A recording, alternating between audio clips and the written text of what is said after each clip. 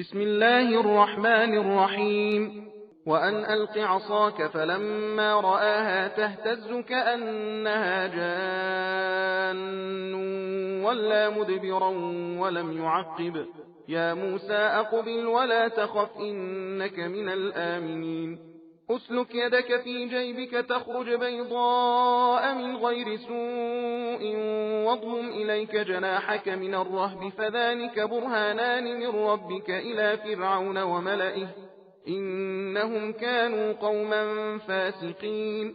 قال رب إني قتلت منهم نفسا فأخاف أن يقتلون وأخي هارون هو أفصح مني لسانا فأرسله معي يرد أن يصدقني إني أخاف أن يكذبون. قال سنشد عضدك بأخيك ونجعل لكما سلطانا فلا يصلون إليكما بآياتنا أنتما ومن اتبعكما الغالبون.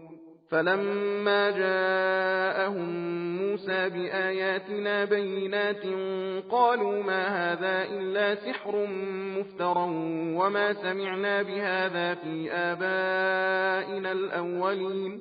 وقال موسى ربي أعلم بمن جاء بالهدى من عنده ومن تكون له عاقبة الدار إنه لا يفلح الظالمون. وقال فرعون يا أيها الملأ ما علمت لكم من إله غيري فأوقد لي يا هامان على الطين فاجعل لي صرحا لعلي أطلع إلى إله موسى وإني لأظنه من الكاذبين. واستكبر هو وجنوده في الأرض بغير الحق وظنوا أنهم إلينا لا يرجعون. فأخذناه وجنوده فنبذناهم في اليم فانظر كيف كان عاقبة الظالمين. وجعلناهم أئمة يدعون إلى النار ويوم القيامة لا ينصرون. وأتبعناهم في هذه الدنيا لعنة ويوم القيامة هم من المقبوحين.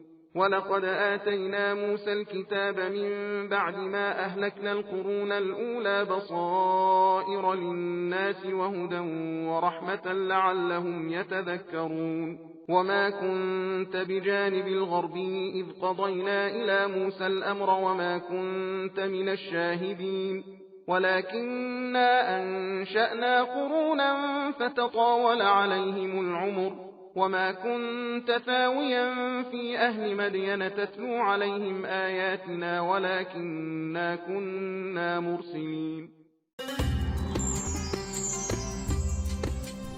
सबील कुरान हिदायत का रास्ता।